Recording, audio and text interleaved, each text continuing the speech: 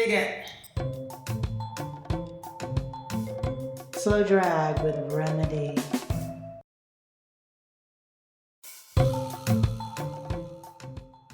I've always gotten the sense that young and beginning writers and poets alike probably throw away more good ideas than they actually keep. Perhaps if we'd known the crucial yet delicate art of revision, more of our first attempts might have found their way onto the printed page. And more to the point, how wonderful it would have been to have had a firm sense of individuality, to have had a clear vision of ourselves and where we wanted to be in the world as we first put pen to paper. It must have been somewhere around 10 years old or so. I have a vague recollection of a poem about a ticking clock and the shadows that move around under your bedroom door at midnight. Write what you know, they say. I've never been confused for a poet, but I've always been a night owl. My name is Remedy Robinson. I'm a linguist, essayist, a lifelong learner, and this is an appreciation. This is an exploration of linguistics, language, and how to announce your personal style to the world as framed by the peerless poetry of the modern-day master, Elvis Costello.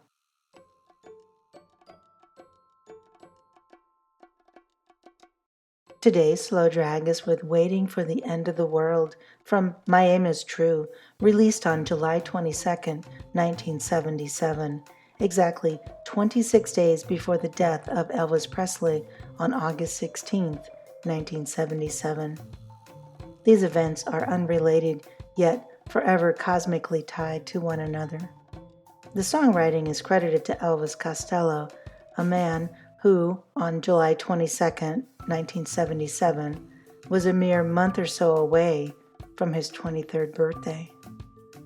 Of course, it would be unfair and a bit cliché to wonder aloud what others might have been doing when they were 22. Let's suffice it to say that not many would go on to have more than 33 stellar and genre-busting albums released in the ensuing 45-plus years. As Waiting for the End of the World illustrates, it was written by a poet, a true poet, whose powers of wit and observation would go on to serve him well. The man from the television crawled into the train. I wonder who he's gonna stick it in this time. Everyone was looking for a little entertainment, so they'll probably pull his hands off when they find out his name. And just like that, effortlessly, the scene is set. A crowded train, a morning or evening commute perhaps. In sharp relief to keeping their hands to themselves, however, there'll be a lot of pawing and jockeying for position on this train. The narrator watches keenly, yet so far passively, observing the action. And then they shut down the power all along the line, and we got stuck in the tunnel where no lights shine. They got to touching all the girls who were too scared to call out. Nobody was saying anything at all. As harrowing as it might sound, I just love the implication of this passage. It's quite a statement.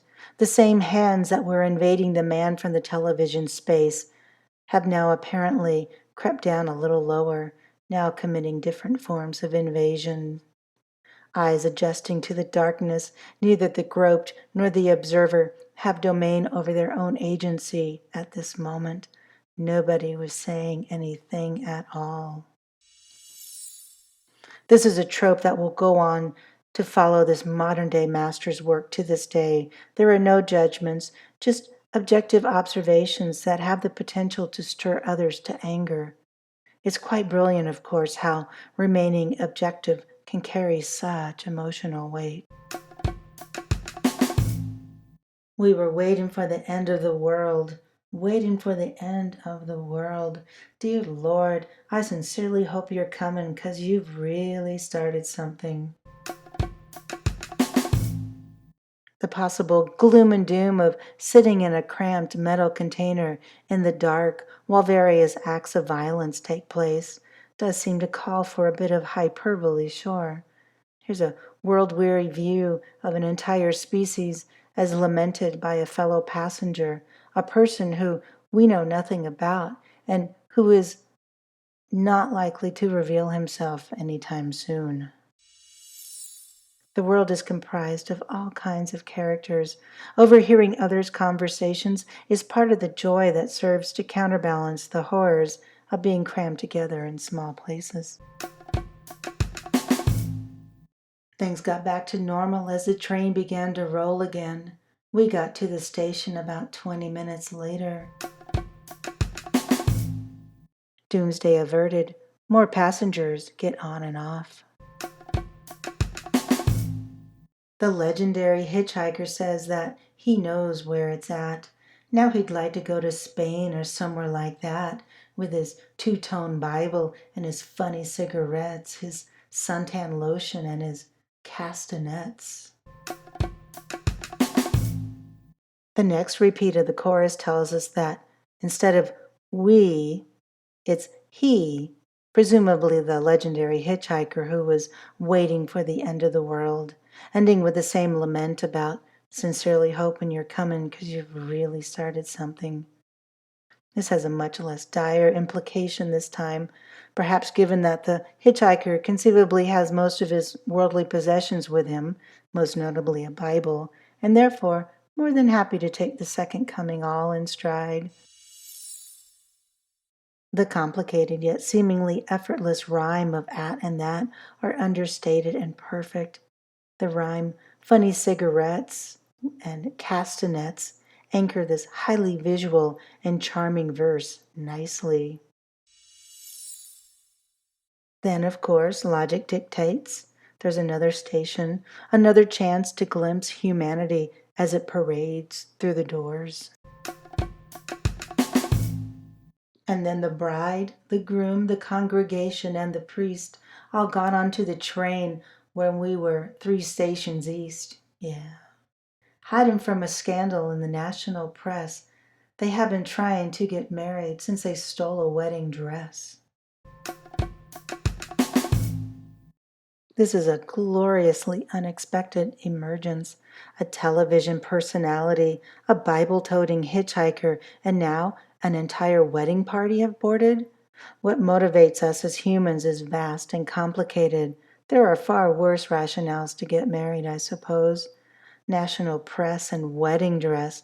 These rhymes cannot be overlooked for their confidence, their innovativeness, their timelessness.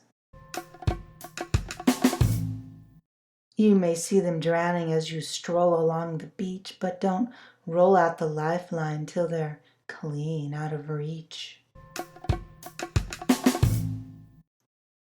This sentiment, granted a bit less than objective, finishes the verse regarding the scandalous wedding party, yet the mounting cynicism of the piece seems to culminate into a crescendo of disinterested apathy at what will become of all these vignettes of human interactions as seen from a seat on a commuter train.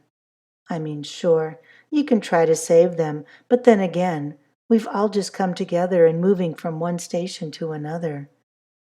You can sit with your head down, staring into your own navel. Just make sure you glance around every once in a while, or perhaps you might miss it. There is no investment made in simply watching, now is there?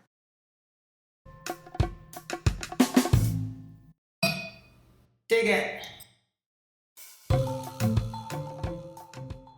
Again, this has been a slow drag with Waiting for the End of the World from 1977's My Aim is True.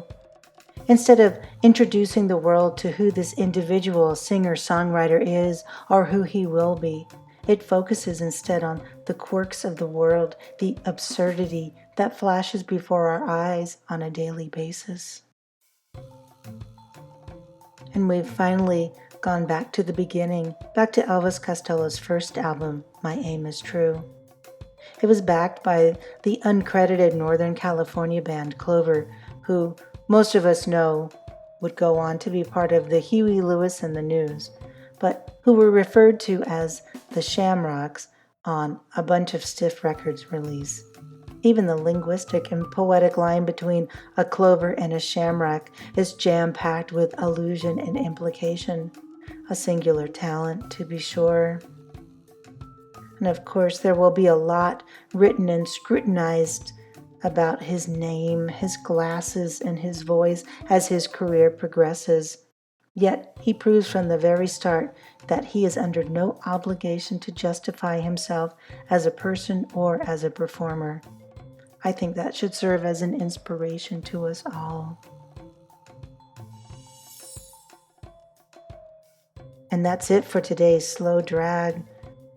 Please check the show notes for links and other useful references. You can follow us on Twitter at Slow Drag Remedy. And if you feel so inclined, please share with other writers, individuals, and language lovers. Thank you. So, until next time, adieu, my little ballyhoo.